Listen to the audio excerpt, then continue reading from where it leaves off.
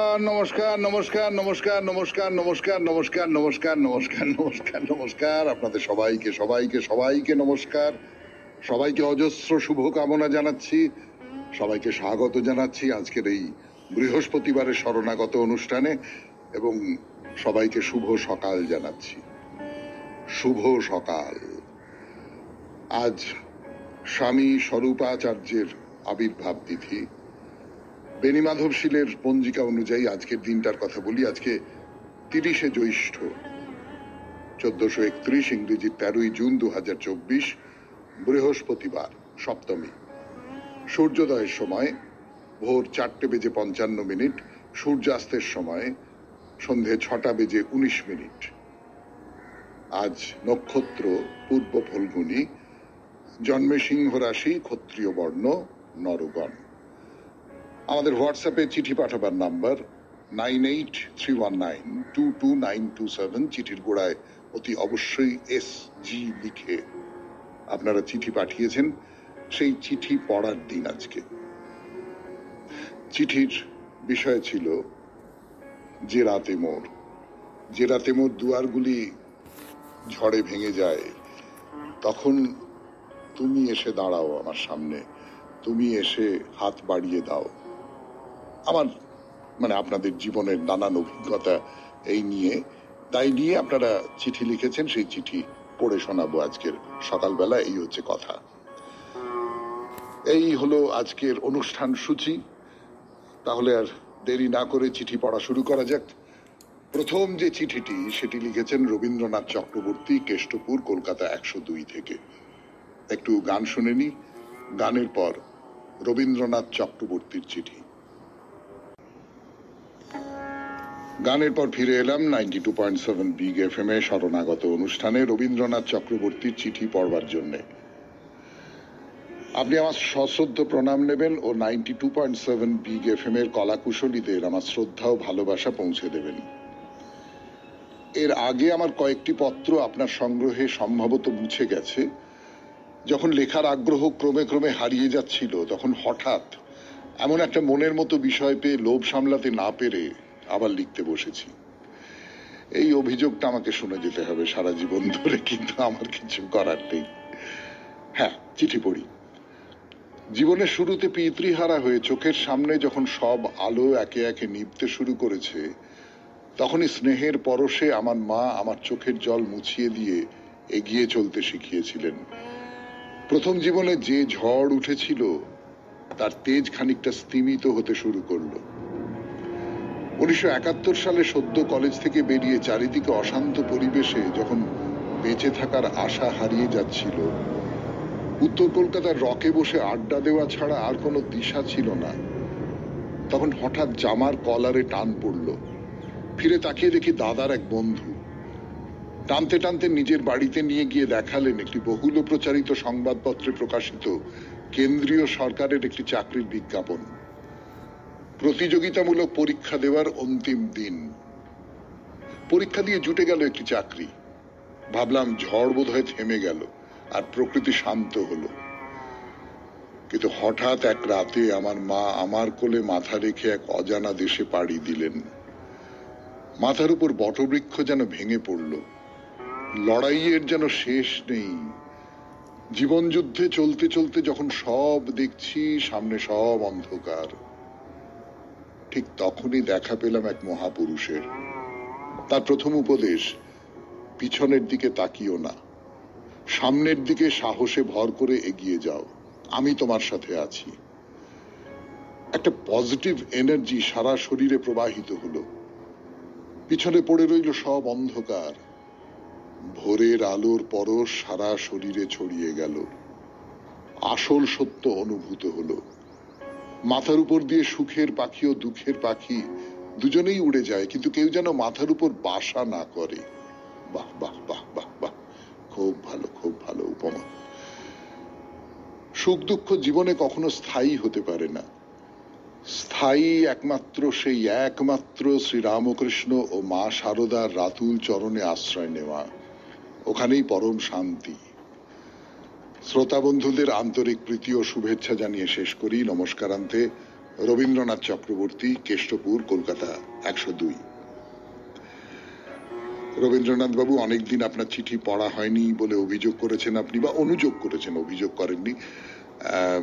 আমার খেয়াল নেই, সত্যি সত্যি আপনার চিঠি সত্যি হয়তো অনেকদিন পড়া হয়নি, কিন্তু আজকে আপনার চিঠি দিয়েই অনুষ্ঠান শুরু করলাম, এবং ভারী চমৎকার চিঠি। এরপর গানের পর ফিরে আসছি পরের চিঠিতে।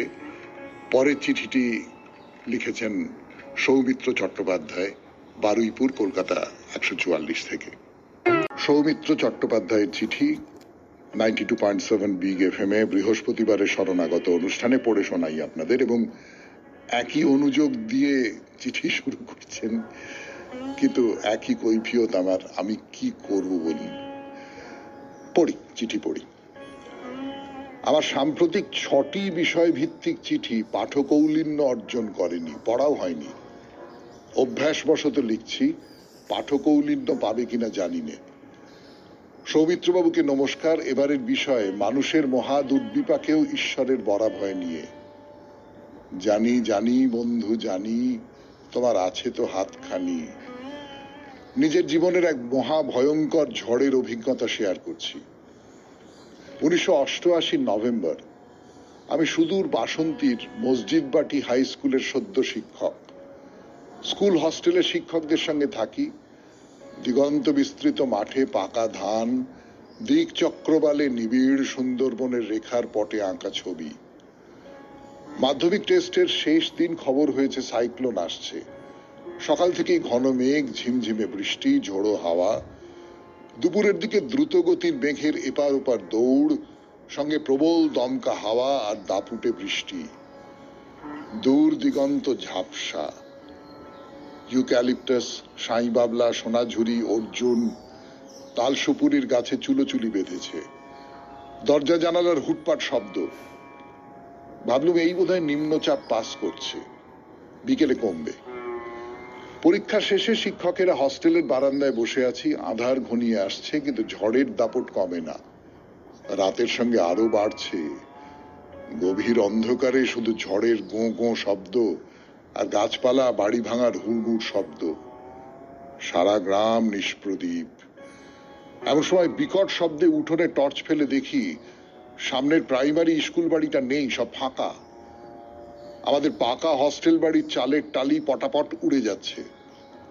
আমার ঘরটায় বিছানাপত্র প্লাস্টিকে মুড়ে রেখেছি, টেবিলে জ্বলন্ত হ্যারিকেন, মেঝেতে গোছ ডোবা জল।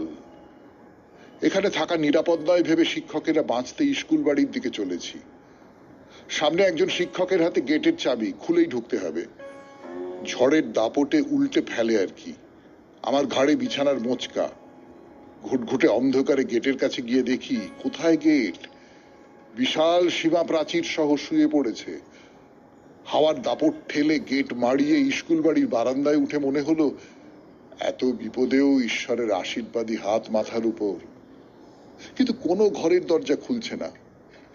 কাঁধের ধাক্কায় দরজা খুলে দেখি জানলার কপাট কবজা উপড়ে ঝুলে পড়েছে। ঘরে 1 হাঁটু জল। টিচার্স রুমটাই কেবল অক্ষত। সবাই সেখানে অভুক্ত আতঙ্কে রাত্রি যাপন করলুম। রাত কাটলো, ঝড় উধাও। দেখলুম পুরো গ্রাম তছনছ। গাছপালা, ঘরদোর সব ধ্বংসস্তূপ। একমাত্র সড়ক পথের গাছের সারি লণ্ডভণ্ড, সড়ক বন্ধ, মানুষের হাহাকার। কজনের প্রাণও গেছে। 250 কিলোমিটার বেগে ঝড় বয়ে গেছে শুনলুম। এত বিপদেও, ঝড়ে দুয়ার ভাঙলেও ঈশ্বরের অবিরল করুণা ধারা সে যাত্রা বাঁচিয়ে দিল। সৌমিত্র চট্টোপাধ্যায়, বারুইপুর, কলকাতা 144। 250 কিলোমিটার বেগে ঝড় গেছে, ভাবতেই কিরকম আতঙ্ক হয়। না, সত্যি সত্যি যে রাতে মোর দুয়ারগুলি ভাঙলো ঝড়ে, আপনি একেবারে ঝড়ের একটা বর্ণনাই নিয়ে এসেছেন, এবং সেটা সত্যি খুব সাংঘাতিক বর্ণনা। আপনাকে অনেক অনেক অনেক ধন্যবাদ। এর পরের চিঠিটি লিখেছেন অপর্ণা চ্যাটার্জি, কোন্নগর, হুগলি থেকে। পড়ব সেই চিঠি, তার আগে শুনবো গান 92.7 বিগ এফএম এ বৃহস্পতিবারের শরণাগত অনুষ্ঠানে। চিঠি 92.7 বিগ এফএম এ শুনছেন বৃহস্পতিবারের শরণাগত, আপনাদের চিঠির শরণাগত। বিষয় ছিল জেরাতে মোর দুয়ারগুলি। শুভ সকাল, সবাইকে অনেক শুভেচ্ছা। এবারের বিষয়টি শুনে বহু বছর আগের আমার জীবনের এক অভিজ্ঞতা মনে পড়ে গেল। আমি তখন আমার 2 সন্তানকে নিয়ে হাওড়াতে বাস করি। আমার স্বামী রেলে চাকরি করতেন। সেই সময় তিনি ধানবাদ গিয়েছিলেন। আমি সন্তানদের নিয়ে একাই থাকতাম। নতুন পরিবেশ, সেভাবে কাউকে চিনতাম না। একদিন রাত 10টা হবে, হঠাৎই আমার ছোট ছেলে অসুস্থ হয়ে পড়ে। এত রাতে কি করতে হবে বুঝতে পারছিলাম না। সেই সময় মোবাইল ফোনের মাধ্যমে যোগাযোগ চালু হয়নি। পাশের এক মহিলাকে মেয়ের কাছে রেখে ছেলেকে কোলে নিয়ে ডাক্তারের কাছে ছুটলাম। গিয়ে দেখলাম ডাক্তারখানা বন্ধ হয়ে গেছে। ছুটলাম তার বাড়ি। তিনি আমার ছেলেকে দেখে কিছু হোমিওপ্যাথ ওষুধ দিলেন, বললেন সকালের মধ্যে না কমলে হাসপাতালে ভর্তি করতে হবে। অত রাতে বাড়ি ফিরে ছেলেকে ওষুধ খাওয়ালাম। সারা রাত ঘুম এলো না। সকালে ছেলে কিছুটা সুস্থ হলো। মনে আছে, সারা রাত ঠাকুরকে ডেকেছিলাম। তিনি বোধ করি আমার নিবেদন শুনেছিলেন। তাই আজ মনে হচ্ছে আমরা যত কঠিন বিপদেই পড়ি, এক মনে ডাকলে তিনি ঠিক উদ্ধার করেন।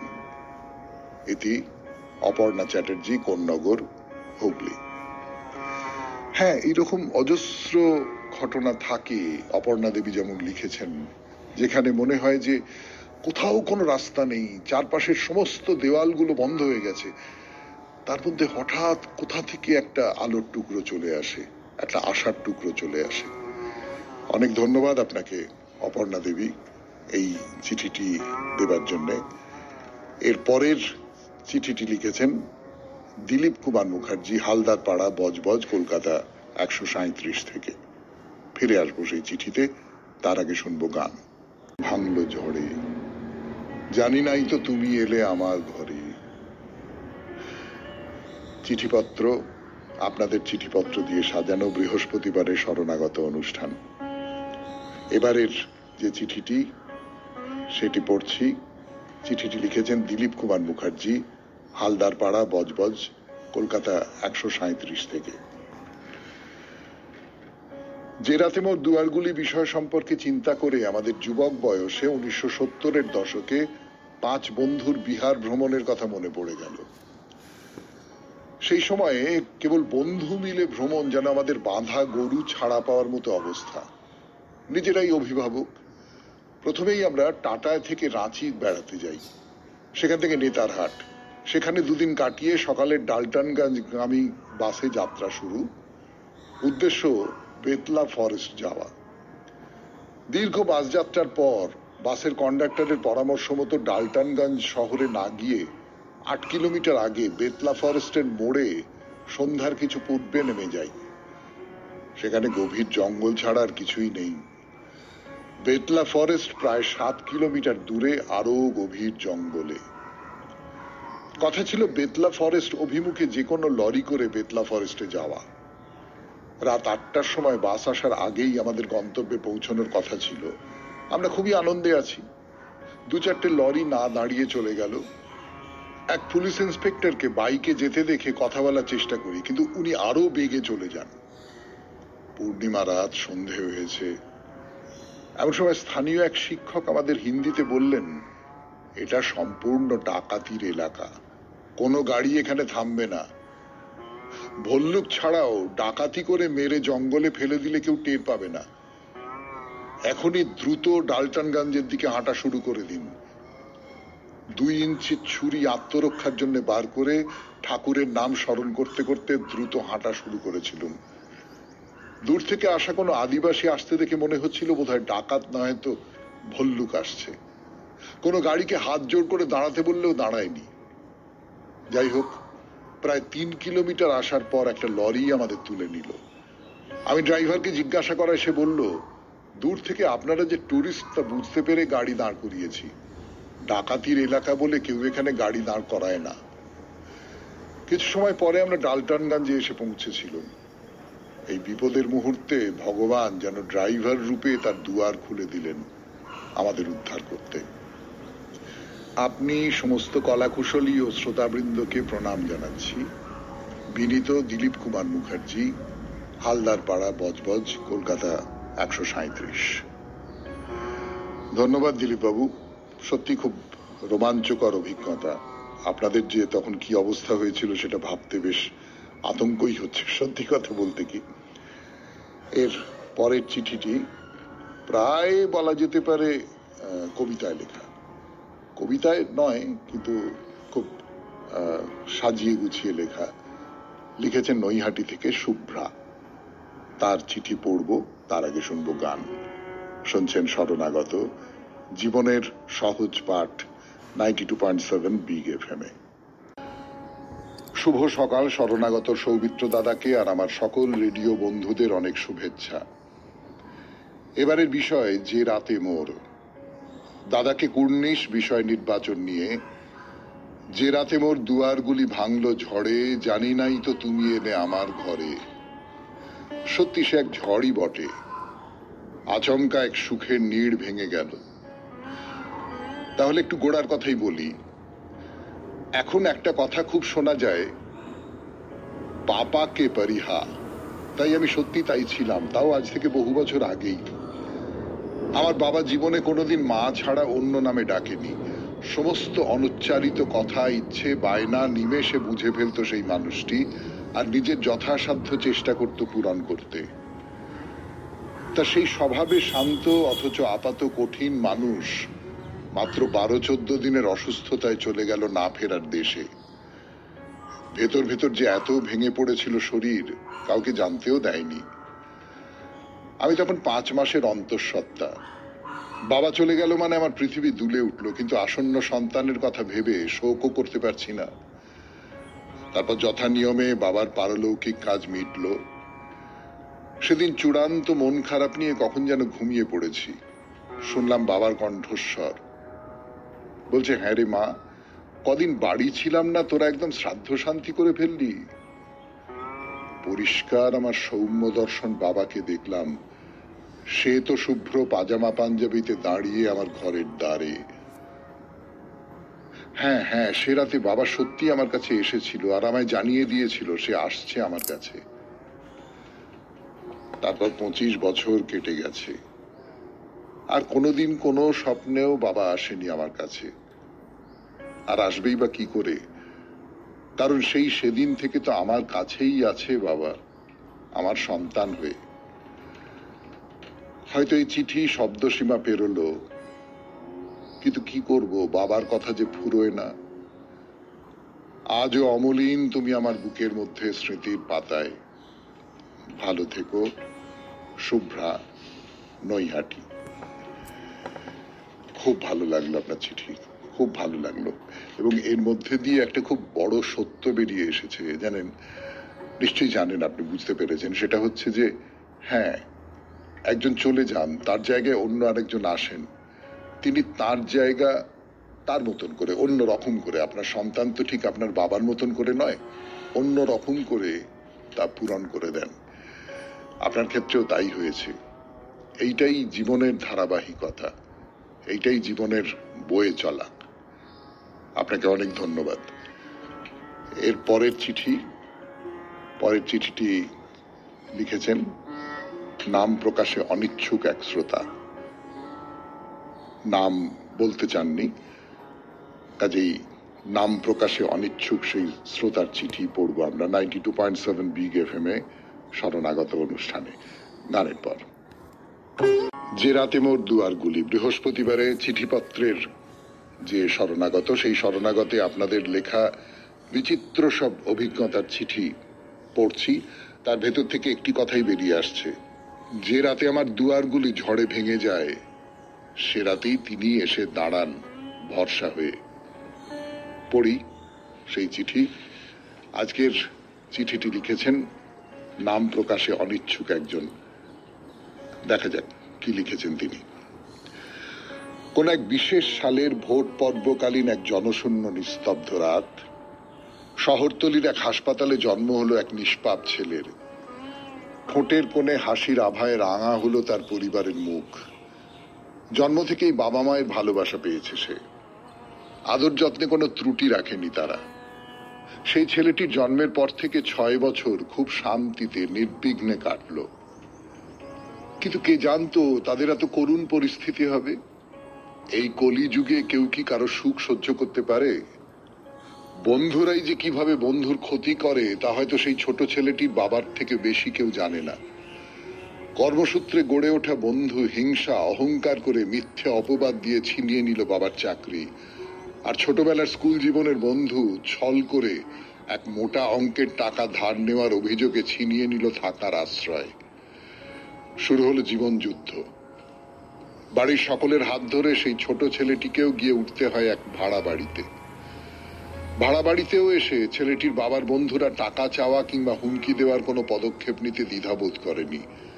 কোনো আত্মীয় পাশে থাকেনি তাদের এই খারাপ সময়ে। বাবা মা জলমুড়ি খেয়ে রাত কাটিয়ে ছেলের আর সেই ছেলেটির বয়স্ক দাদুর মুখে অন্নের জোগাড় করত। কোথায় পাবে তারা এই মোটা অঙ্কের টাকা? তারা তো দুবেলা নিজেদের অন্ন জোগাড়ে ধীরে ধীরে অসমর্থ হয়ে উঠছে। অন্যদিকে শুরু হয় ছেলেটির বাবার চাকরি খোঁজার তাগিদ। সেই সঙ্গে ছেলেটির মা ছোটখাটো কাজ খুঁজতে থাকে। কিন্তু চাকরি কিংবা কাজ পাওয়া অত সহজ নয়। একজন প্রায় দেউলিয়া ব্যক্তির ক্ষেত্রে তো আরোই সহজ নয়। অবশেষে তার মা কাজ পায় শাড়ির ব্লাউজ সেলাই করার। সেই ছেলেটি দেখতো তার বাবা মা একত্রে মিলে রোজ 7-8 ডজন শাড়ি ব্লাউজ সেলাই করত। কিন্তু আশ্চর্যের বিষয়, তার বাবা মা কোনোদিন ছেলেটির পড়াশোনা বন্ধ করেনি। সেই ছেলেটিও ছিল মেধাবী, তাই তো সে কিছুটা হলেও সেই বয়সে বুঝতো তার বাবা মায়ের কষ্ট। পড়ার বই খুলে পড়ার ছল করে ভাবনাচ্ছন্ন হয়ে সেই ছেলে বুঝতে চেষ্টা করত পরিস্থিতির জটিলতা। চারিদিকের এত আঘাত যেন সেই ছেলেটিকে ক্রমে আরো সরলতার অধিকারী করে তুলতে থাকে। সময় কাটতে থাকে, বাবার চেষ্টা ফল এনেছে। তার বাবা এখন এক কোম্পানির কর্মচারী। মা এখন সেলাইয়ের কাজ ছেড়ে নিজের গৃহের কাজে মন দিয়েছে। সেই সঙ্গে বন্ধুদের সব চক্রান্ত ধরা পড়েছে। ভাগ্যক্রমে তার বাবা টাকা জমিয়ে একটি ছোটখাটো ফ্ল্যাট কিনেছে। সেই ছেলেটিও এখন স্কুলের গণ্ডি পেরিয়ে কলেজের প্রথম বর্ষের ছাত্র। একসময় তার বাবার যে নিজের পায়ে দাঁড়ানোর তাগিদ ছিল, সেই তাগিদ আজ এখন ছেলেটির মধ্যে। বাবা মায়ের নিঃস্বার্থ ভালোবাসা পেলেও তাদের দুর্দিনে তথাকথিত আত্মীয়দের থেকে সেই ছেলেটিকেও পেতে হয়েছে দুর্নাম, পেতে হয়েছে চিটিংবাজের মতো অপবাদ। খারাপ দিনে তো তাদের পাশে কোনো আত্মীয় ছিল না, আজও সেরকম কেউ আছে বলে মনে হয় না। যাই হোক, সেই ছেলেটির বাবা মায়ের কষ্টের দিন এখন অনেকটা লঘু হলেও সেই ছেলেটি নিজের পায়ে দাঁড়ানোর লড়াই এখনো চলছে। ছোট থেকেই সেই ছেলে ঈশ্বর প্রেমী। ঈশ্বরের প্রতি তার ভরসা কোনোদিন ফুরাবে না। সেই জন্যেই হয়তো সেই ছেলে এত সরল। সেই ছেলের রূপের সৌন্দর্য নেই, নেই সুন্দর হয়ে ওঠার আশা। সে শুধু তার মনকে সুন্দর করতে আগ্রহী, নিজের পায়ে দাঁড়িয়ে উঠতে আগ্রহী। বাবা মায়ের ঋণ শোধ করতে চায় না সে, শুধু চায় নিজের পায়ে দাঁড়িয়ে বাবা মায়ের ঠোঁটের কোণে হাসি ফোটাতে। সেই ছেলের পথ চলা হয়তো অনেক বাকি। অতিরিক্ত সরলতা নরম মনের জন্য হয়তো এই নিষ্ঠুর পৃথিবী থেকে তাকে পেতে হবে অনেক আঘাত। তবুও সেই ছেলের নেই কোনো দুঃখ, কারণ সে ঈশ্বর প্রেমী। ঈশ্বর চর্চা তাকে মানসিক শান্তি দেয়। জীবন পথে যেতে যেতে সে জানে একমাত্র তার কর্মেই রয়েছে তার অধিকার। সেই ছেলেটি ভুলবে না তার এবং বাবা মায়ের কাটানো সেই রাত্রিময় জীবন। আর সে সব সময় মনে রাখবে ঈশ্বর তাদের দুঃখের দিনে কিভাবে মনে বল জুগিয়েছে। যে রাতে মোর দুয়ারগুলি ভাঙলো ঝড়ে, জানি নাই তো তুমি এলে আমার ঘরে। ইতি নাম প্রকাশে অনিচ্ছুক এক শরণাগত শ্রোতা। এই যে নাম প্রকাশে অনিচ্ছুক, এটা অনেক কথা বলে দিচ্ছে, কিন্তু বলে দিচ্ছে যে এটা যিনি লিখেছেন, মানে অন্তত অনুমান করছি এটা তার নিজের জীবনেরই কথা। নিজের জীবনের এই সমস্ত কটু কথাগুলো না বলতে চান না, সেই জন্য বলেননি। কিন্তু এই যে জীবনের একটা অভিজ্ঞতা, বড় হয়ে ওঠা, নানান কষ্ট অপমান এসবের মধ্যে দিয়ে বড় মর্মস্পর্শী এই ঘটনা, এই চিঠি। আপনাকে অনেক ধন্যবাদ। এর পরের চিঠিটি লিখেছেন মুকুল সিনহা। 92.7 বিগ এফএম এ শুনছেন বৃহস্পতিবারের শরণাগত, যে রাতে মোর দুয়ারগুলি। যে রাতে মোর দুয়ারগুলি নিয়ে মুকুল সিনহার চিঠি 92.7 বিগ এফএম এ শরণাগত অনুষ্ঠানে ছোট চিঠি। প্রিয় দাদা ভাই, আপনাকে, সকল বন্ধু বান্ধবী ও 92.7 বিগ এফএম এর সকল কলাকুশলী বৃন্দকে আমার অন্তর ভরা ভালোবাসা ও শুভেচ্ছা দিয়ে এবারের বিষয়ে কয়েকটা লাইন লিখছি। গোটা দক্ষিণবঙ্গ জুড়ে ভীষণ তাপপ্রবাহ চলছে। জলাশয়ে জল শুকিয়ে যাচ্ছে, গাছপালার রং বিবর্ণ, নরনারী পশু পাখির প্রাণ যাই যাই, আকাশে কালো মেঘের দেখা নেই, চতুর্দিক ধু ধু প্রান্তর। সবারই অপেক্ষা কবে আসবে শীতল জল ভরা বৃষ্টি। কালো মেঘের গায়ে বিদ্যুৎ খেলে যাবে, বজ্রপাত হবে। তবু সেই অভিপ্রেত বৃষ্টিও আসবে, সবারই দেহ মন প্রাণ জুড়িয়ে দেবে, ভরিয়ে দেবে। দুঃখ কষ্টের পরে যেমন সুখ, তেমনি প্রচন্ড তাপপ্রবাহের পরে বৃষ্টি, বৃষ্টি, বৃষ্টি। শুধু আমার ঘরে নয়, সকল ঘরেই ঠান্ডা প্রাণ জোড়ানো বৃষ্টি। কবিগুরুকে প্রণাম জানিয়ে বলি, জানি জানি বন্ধু জানি, আছে তো তোমার হাতখানি। ভুল থাকলে দয়া করে মার্জনা করবেন, বিনীতা, মুকুল সিনহা। প্রচন্ড গরমের মধ্যে বৃষ্টির আকাঙ্ক্ষা, এবং সেই বৃষ্টি সেও যেন ঈশ্বরের হাত হয়ে আসে। ঝড়ের পরে তিনি আসেন, দাবদাহের পরেও তিনি আসেন। ভুল থাকলে দয়া করে মার্জনা করবেন, এই কথা লিখেছেন। সেই ভরসায় বলি, জানি জানি বন্ধু জানি, তোমার আছে তো হাতখানি। আপনি লাইনটা একটু ভুল লিখে ফেলেছেন। যাই হোক, আপনাকে ধন্যবাদ। এরপর গানের পর 92.7 বিগ এফএম এ শরণাগত অনুষ্ঠানে যে চিঠিটি পড়ব সেটি লিখেছেন সঞ্জয় ঘোষ, সল্টলেক থেকে। ফিরে আসছি গানের পর। 2.7 বিগ এফএম এ শরণাগত অনুষ্ঠান শুনছেন। বৃহস্পতিবারের শরণাগত, আপনাদের চিঠিপত্রের শরণাগত, নানান অভিজ্ঞতার রঙে রঙিন এই বৃহস্পতিবারের শরণাগত বিষয় ছিল যে রাতে মোর দুয়ারগুলি। তাহলে সঞ্জয় ঘোষ সল্টলেক থেকে যে চিঠিটি লিখেছেন সেটি পড়ে শোনাই। গভীর রাত, আমি আমার সুপরিচিত শোবার ঘরে গভীর নিদ্রায় মগ্ন। হঠাৎ অদ্ভুত অস্বস্তি নিয়ে জেগে উঠলাম। ঘরে নিশ্ছিদ্র অন্ধকার, নিজের হাত পা দেখা যাচ্ছে না। জানলা দিয়ে রাস্তার আলো আসে, এখন তাও নেই। জানলা কোথায় বোঝা অসম্ভব, খালি ঘন অন্ধকার। আন্দাজে হাত বাড়ালাম, পত্নী উধাও। ভাবলাম জল খাই। জলের গ্লাস খাটের পাশে টেবিলে থাকে। হাত বাড়িয়ে জলের গ্লাস না পেয়ে খাট থেকে নামলাম। 3-4 পা হেঁটেও টেবিল খুঁজে না পেয়ে ভাবলাম খাটে বসে পত্নীর প্রতীক্ষা করি। কিন্তু পেছন ফিরে বেশ কয়েক পা হেঁটেও খাটে ফিরতে পারলাম না। হয়তোবা অন্ধকারে দিক ভুল হয়েছে। আরো কয়েক পা হেঁটেও যখন খাট আসবাবপত্র কিছুই পেলাম না, আতঙ্কিত হয়ে পড়লাম। এ কি হলো? আতঙ্কে দৌড়তে শুরু করলাম, সামনে পেছনে ডান দিকে বাঁ দিকে।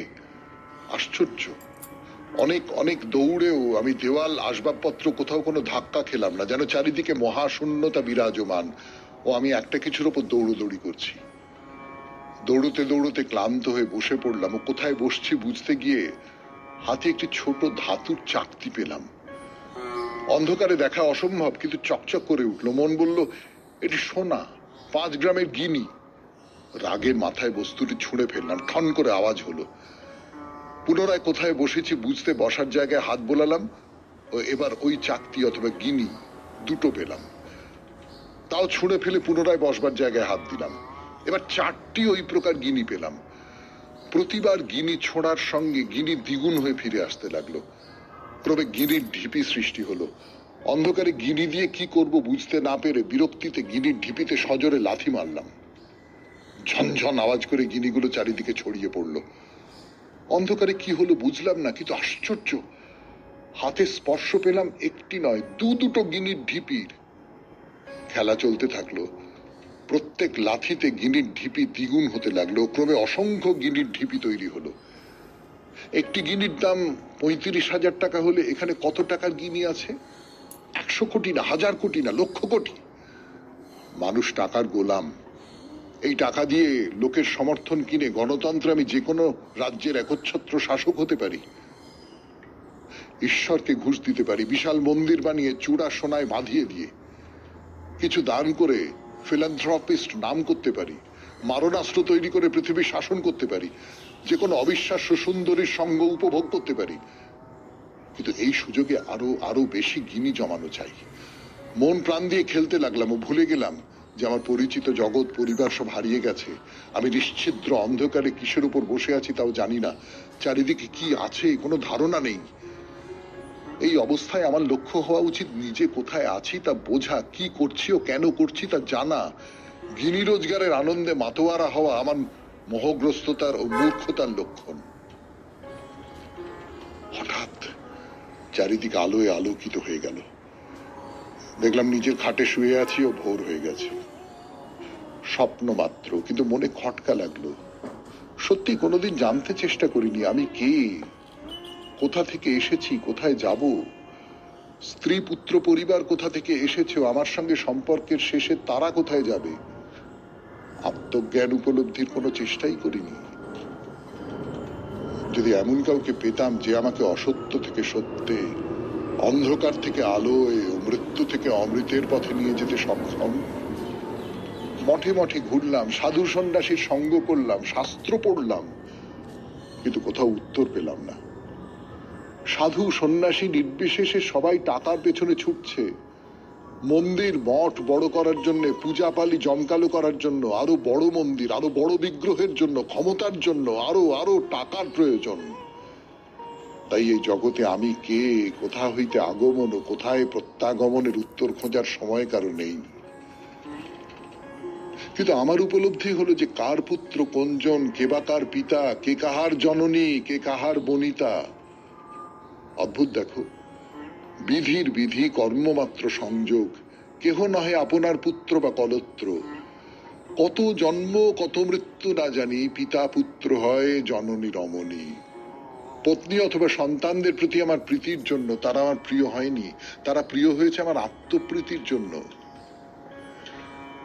ওই রাতের স্বপ্ন একটি বিশেষ অভিজ্ঞতা, কেননা আমার অবিদ্যায় অন্ধকারাচ্ছন্ন মানসিকতার বন্ধ দুয়ারে উহা সর্বপ্রথম কঠোর করাঘাত করিয়াছে।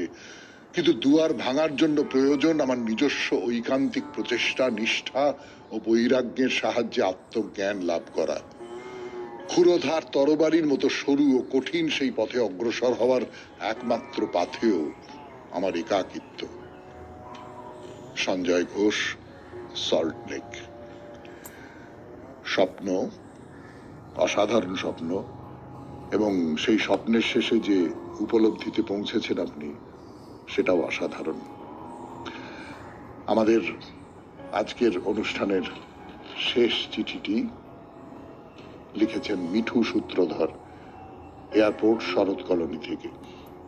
সেই চিঠি পড়বো, তার আগে একটু গান শুনে নেব 92.7 বিগ FM এ শরণাগত অনুষ্ঠানে।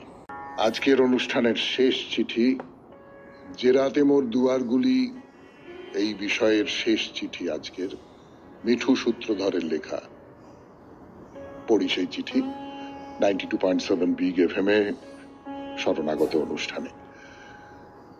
সুপ্রভাত, ঘুম জাগানিয়া সৌমিত্র বসু বন্ধু। সত্যি পাতানো নয়, পাওয়া নয়, লেঙ্গুটিয়া নয়, সত্যিকারের বন্ধু।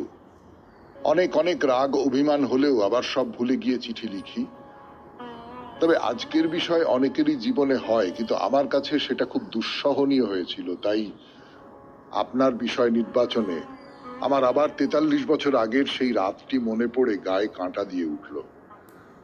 আপনার কাছে জানাই, যদি নির্বাচিত হই তবে সবার জন্য পড়বেন, না হলে আপনি অন্তত পড়বেন, তো এটাই সান্ত্বনা।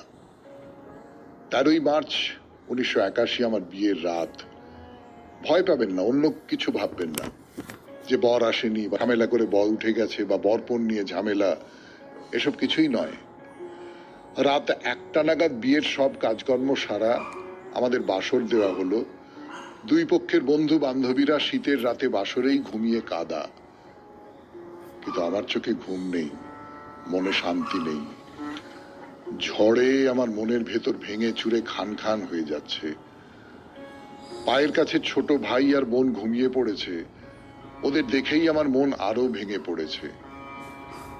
ছোট থেকে মা বাবা ভাই বোন এদেরই নিজের ভেবে বড় হয়েছি, কিন্তু আজ রাত শেষ হলেই এদের ছেড়ে এক অজানা মানুষের সাথে অজানা দুনিয়ায় চলে যাব।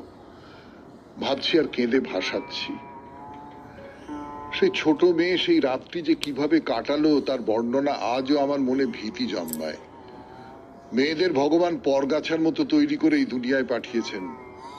আজ দুই মেয়ের বিয়ে দিয়ে পরের ঘরে পাঠিয়েছি নিজের ঘর গড়তে। কিছুদিন পরে হয়তো নাতনিও যাবে একইভাবে অপরিচিত মানুষের ঘরে সংসার করতে। কিন্তু সেই রাতটি কিন্তু সবার কাছেই একই ভীতি সৃষ্টি করে আজও হয়তো। হাসবেন না প্লিজ বন্ধু। সব বন্ধুদের সুপ্রভাত জানিয়ে শেষ করলাম। ভালো থাকবেন, ভালো রাখবেন সবাইকে। মিঠু সূত্রধর, এয়ারপোর্ট, শরৎ কলোনি থেকে। হ্যাঁ, কিন্তু এটাই তো আবার মাতৃত্বের গৌরব, তাই না মিঠু দেবী? এই যে যে ছোট্ট মেয়েটিকে আপনি আদর দিয়ে ভালোবাসা দিয়ে বকে বড় করে তুলেছেন, সে হঠাৎ একটা ফোঁটা ফুলের মতন একটা পুরুষ সূর্যের দিকে মুখ তুলে তাকালো, রেশমি চাদরের নিচে হলুদ ধ্বনির মধ্যে। এটাই তো জন্মদাত্রী পরম গৌরব, তাই না? সেই গৌরব আপনি পেয়েছেন, সেই গৌরব একদিন আপনার মেয়েও পাবে। এটাই তো ধারাবাহিকতা। আপনাকে অনেক ধন্যবাদ এই চিঠির জন্য। আপনি একটা খুব খুব কষ্টের জায়গা আমাদের সামনে উন্মোচন করেছেন। আরো অনেক মানুষের কষ্টের সঙ্গে মিলে গেছে, কিন্তু সেই কষ্টের মধ্যে গভীর আনন্দ তো আছে। এই আনন্দটুকুই থাক আজকের অনুষ্ঠানের শেষে।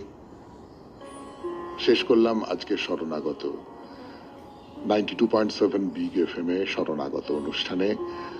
এবারে আমাদের চিঠি লেখার হোয়াটসঅ্যাপ নাম্বার 9831922927। চিঠির গোড়ায় অতি অবশ্যই SG। খুব ভালো থাকবেন, আনন্দে থাকবেন। নমস্কার।